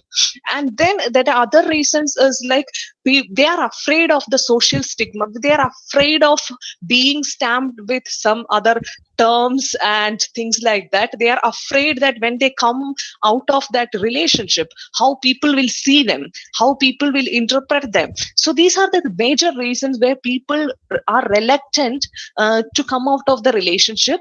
And the major reason which the studies have shown that people are not aware that they are not being abused, or people are not aware that this is domestic violence. So certain type of violence, emotional abuse, verbal abuse, and even there are studies where women reported that getting beaten by husband once or twice is okay. So or this is like it is getting like getting physically tortured by husband. If he is my husband or he is my like person in my life, it's getting beaten by them, or that is properly fine. This is the mindset we are having. So in order to first, we should make them aware that what is a real relationship, what is a romantic relationship, what is a sick relationship. We should make them aware about their selves. We should make them understand, make them like to understand more about themselves, to value themselves. And here comes the importance of education. We should stress the importance of giving education to each and every girl in the country, because then only they will able to understand what is right and what is wrong.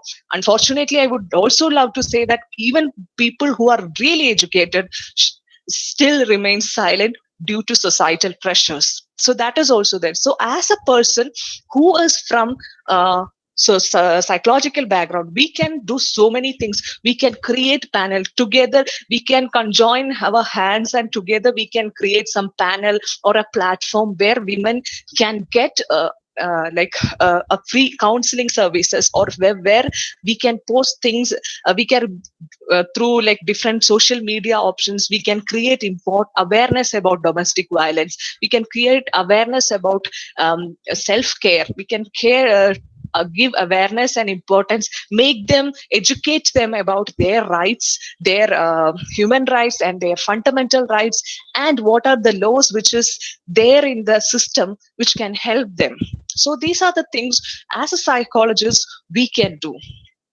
And rather than that, being from the psychology background, all the young people who are sitting here, all the people who feel that they are socially responsible, we all can do something about it. Together, we can bring a greater change. That's what I believe. Thank you, ma'am.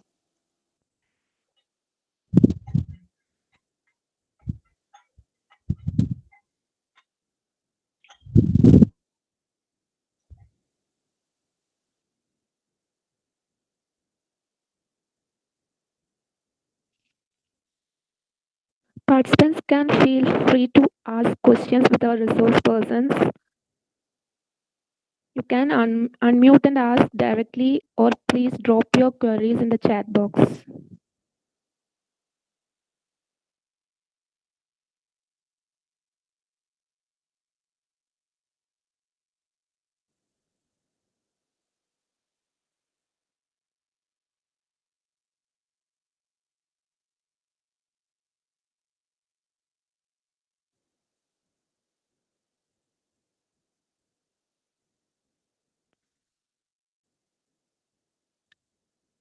I think there is no any other doubts or questions, so we can move to the concluding session. Thanks.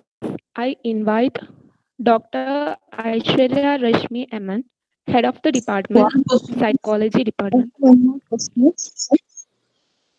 Rashmi, one question is there, ma, in chat box. Yeah. That question is already answered.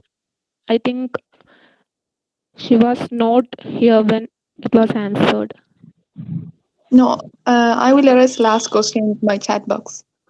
One another other question in the chat box. In these pandemic situations, many parents were restricted for study.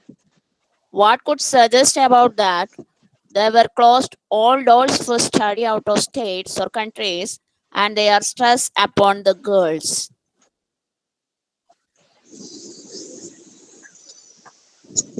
Please mention this question for whom from the resource persons.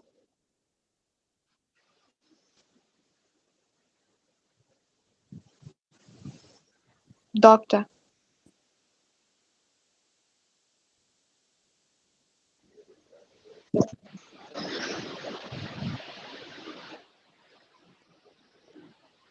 I think this question is also for Deepti ma'am. Yes.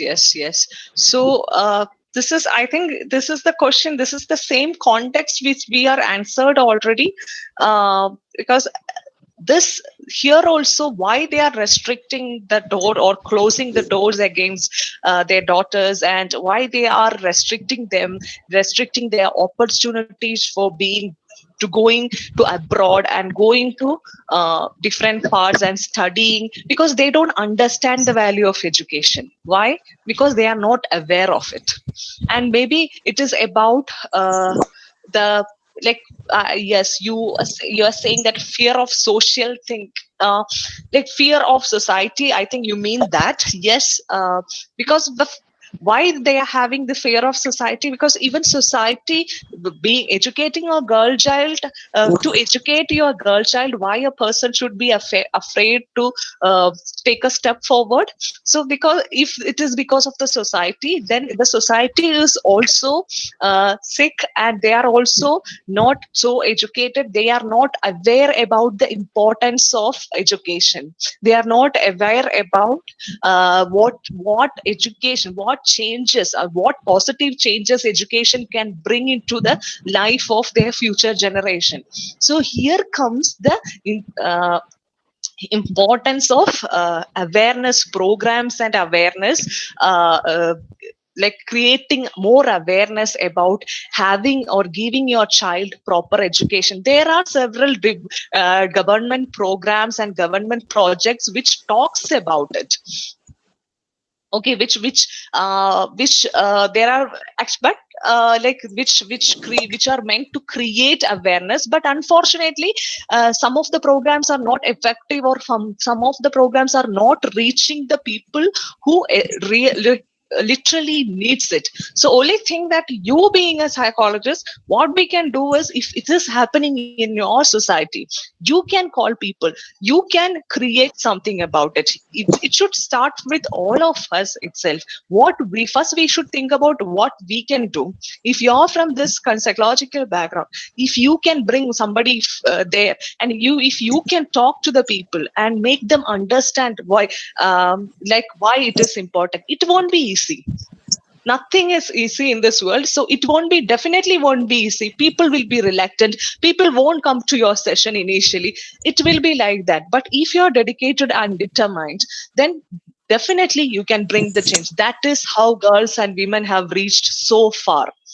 This wasn't not easy at all. If they have reached so far, it is because they have the will to fight. They have that confidence to stand against the odds and the injustice. So it is, being a woman, it is our duty, and being somebody from psychological profession, it is our duty that whatever knowledge we have, impart that. Okay, don't wait for others to come and impart the or do an awareness program. We can start it from our own end. So that's what I would suggest. And even you can you can write to government organization who are supposed to do this job. You can bring these things to their notice. Maybe they can also come and do some things about that. But I admit that there are different problems or different limitations from our government end as well. Yeah. Thank you.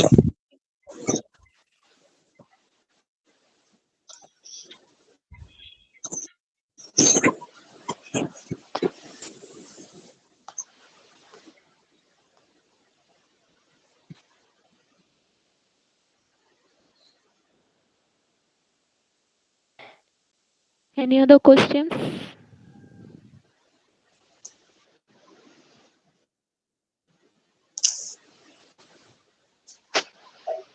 Yes, ma. One more question is that, madam, culture, tradition, customs in many families are rigid. That is true, but still nowadays people are coming for education and employment. So after 20, 30 years, we can say women are better in their empowerment. As now, we are coming slowly. Sometimes we all know in our family, how was my grandma, how was my mother, how I am, how my child will be. So we are the person giving changes and rights to our girl child. Just to think about our grandma, when we ask where is grandpa, she will tell she is in another house. She knows what he's doing there. But in our lifestyle, it is not possible. So now we are raising voice for our dignity. So in future, definitely we are having good rights for women empowerment.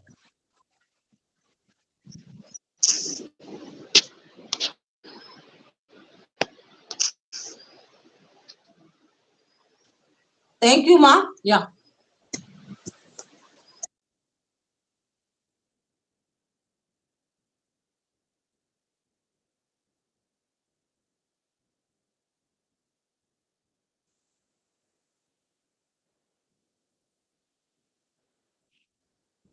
Thank you, ma'am. So we can move to the concluding session. I invite um, Aishwarya Rashmi ma'am, Psychology Department, MASKVM College, for the vote of thanks.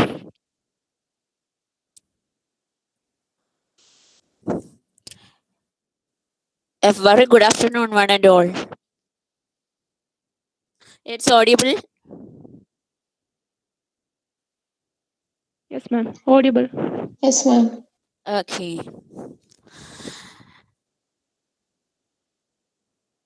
Now I'm very grateful to stand in front of you people.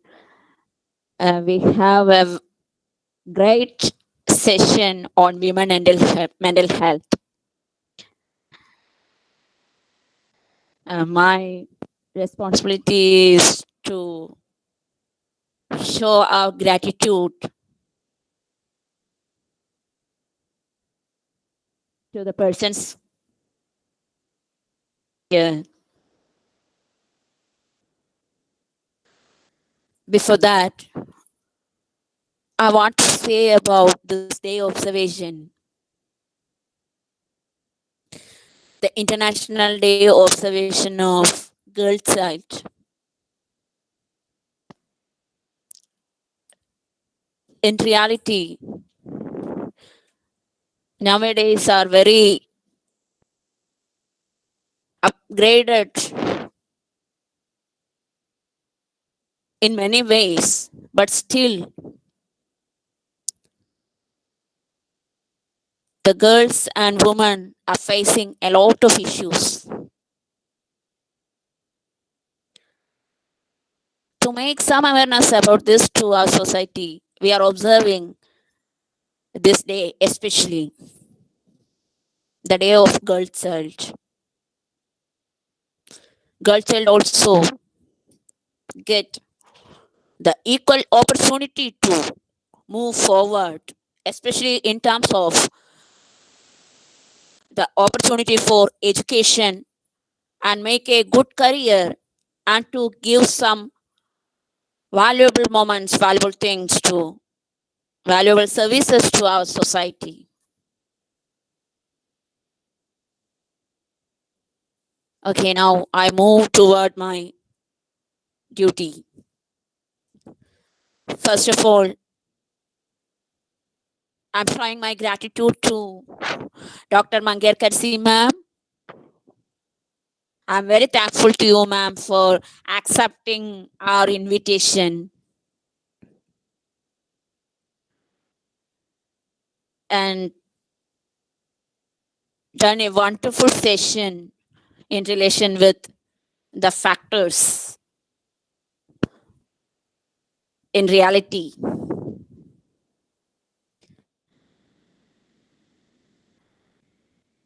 Mangerkar Si ma'am is one of my prestigious teachers in Bharatiya University campus. She is very much she has a very much supportive attitude towards the students. I really experienced that. So I'm very thankful to you, ma'am. Thank you. Thank you very much for joining this session. Thank you, ma. Thank you. Thank you. Next is the Dr. Deepthi Vijayan, the faculty of one of the prestigious institutions in the Bangalore Metro City, Christianity College.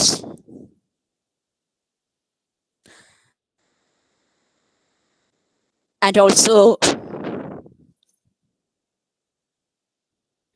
she is a junior and intimate friend of mine in Bharatiya University campus. We have so much of memorable days are there. I'm very thankful to you, Dr. Deepthi, to give us for such a wonderful session, especially the valid points related to postpartum depression and PMS and related issues of women. The topic is really need much more attention related to these things. I extend my thanks to Dr. Deepthi Vijayan to participate and given a wonderful session. Thank you, Deepthi. Thank you, Jayashree. Thank you so much. Thank you.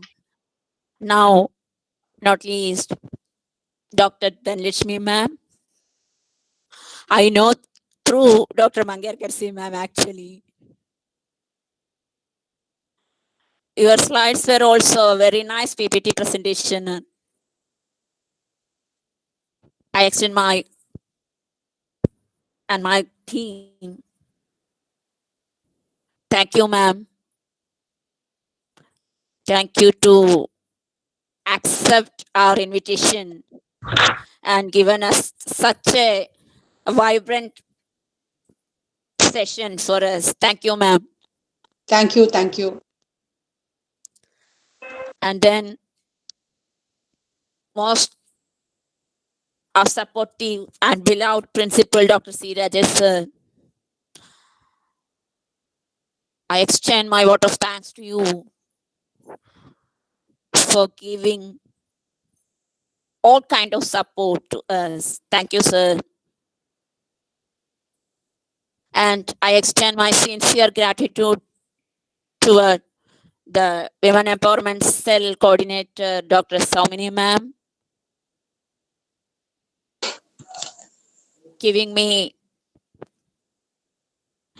a great moral support to conduct this sessions. Thank you, ma'am. And the WEC members for their great level of support. And then thank you, my students of my Department of Psychology, to support me in all ways to conduct this program.